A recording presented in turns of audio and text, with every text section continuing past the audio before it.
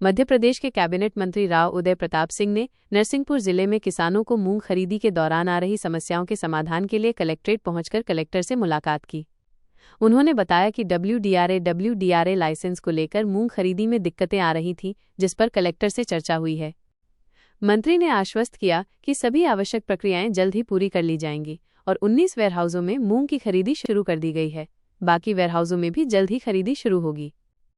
उन्होंने कहा कि मध्य प्रदेश सरकार और जिला प्रशासन ये सुनिश्चित करने में लगे हैं कि किसानों को किसी भी प्रकार की कोई समस्या न हो।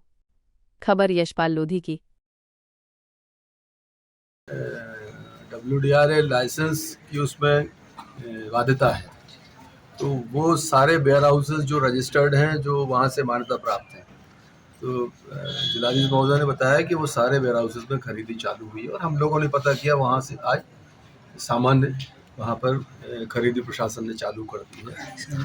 और जिन्होंने उस लाइसेंस के लिए अप्लाई किया है और यहाँ पर प्रशासन ने उनको माना है कि ये बन सकते हैं सेंटर, तो हम ऊपर भी बात कर रहे हैं। प्रदेश में भी हम सचिव कृषि से भी बात कर रहे हैं और माननीय हमारे कृषि मंत्री भारत सरकार की हम प्रयास कर रहे हैं, उनसे भी बात करके, और ये जो एक विसंगति है इसको दूर करें, जिससे किसानों का बारिश के समय में, चूंकि बड़ा कठिन समय रहता है, बारिश से सामना करना प्रशासन को, और खरीदी करना, गुणवत्तापूर्ण माल की खरीदी करना, क्योंकि अगर थोड़ा सा भी उसका स्तर न्यूनतम होगा माल का, तो फिर डेफिड उसको ले जाने में दिक्कत आती है। तो सारे मापदंडों को पूरा करते हुए खरीदी हो जाए, बारिश से संघर्ष के बाद खरीदी हो जाए, हमारा किसान परेशान ना हो, इस बात की चिंता प्रशासन भी करता है, हम लोग भी करते हैं। तो ये चुनौतीपूर्ण काम है बारिश में, लेकिन इसको सभी के सहयोग से, किसान से विशेष रूप से हम उनसे अपेक्षा करेंगे। आपको कष्ट होता है, ये मैं समझ सकता हूँ किसान के नाते, लेकिन मेरी अपेक्षा ये है कि हम, चूँकि हमारा ही माल है और सरकार हमारे माल को खरीदने के लिए अपनी तरफ से प्रयास करती है, हमें उस पर सहयोग करना है। और खासकर जिन वेयर हाउसेज में किसानों ने अपना स्लॉट बुक कराया था, वो वेयर हाउस रजिस्टर्ड नहीं है, तो मेरी अभी कलेक्टर महोदया से बात हुई, उन्होंने कहा कि 1 हफ्ते का समय उनके पास रहता है, वो अपना स्लॉट विड्रॉ करके नई जगह उसका पंजीयन करा सकते हैं। अगर वो समय निकल जाता है कई बार, तो फिर जिला प्रशासन प्रदेश में आग्रह करता है कि दोबारा समय उपलब्ध कराएं, जिससे हम ये कर सकें। और नए स्लॉट बुक करने के लिए भी शाम के टाइम पर उनका समय चालू होता है जब स्लॉट बुक होते हैं।